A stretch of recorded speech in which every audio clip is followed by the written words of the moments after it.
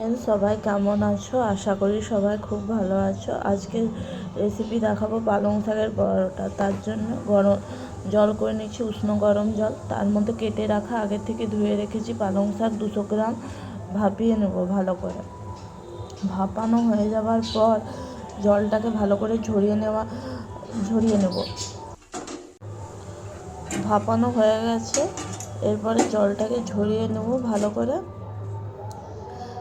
ঝরিয়ে নেওয়ার পর মিক্সারের মধ্যে আদা, কাঁচা লঙ্কা, ধনা পাতার একটা পেস্ট করে নিলাম আর পালং শাকটা। তারপরে আটার ডোটা মেখে রাখবো। আপনারা চাইলে ময়দা দিয়েও করতে পারেন, আমি আটা দিয়ে করেছি। নুন, একটু পরিমাণ মতন চিনি আর রিফাইন তেল আর জোয়ান দিয়ে ভালো করে ময়ম দিয়ে আধ ঘন্টা মতন মেখে রেখে দেবো। এর মধ্যে এবারে আটাটার মধ্যে পালং শাকটাও দিয়ে দেবো, দিয়ে ভালো করে মাখতে থাকবো। জল লাগলে ওই মিক্সারের জারটা গা ধোয়া জলটা দিয়ে মাখতে পারেন।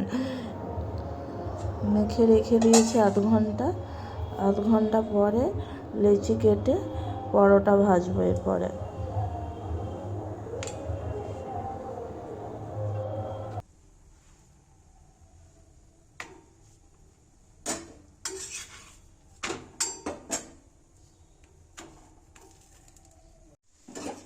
এইভাবে একে একে পরোটাগুলো ভেজে তুলে রাখবেন।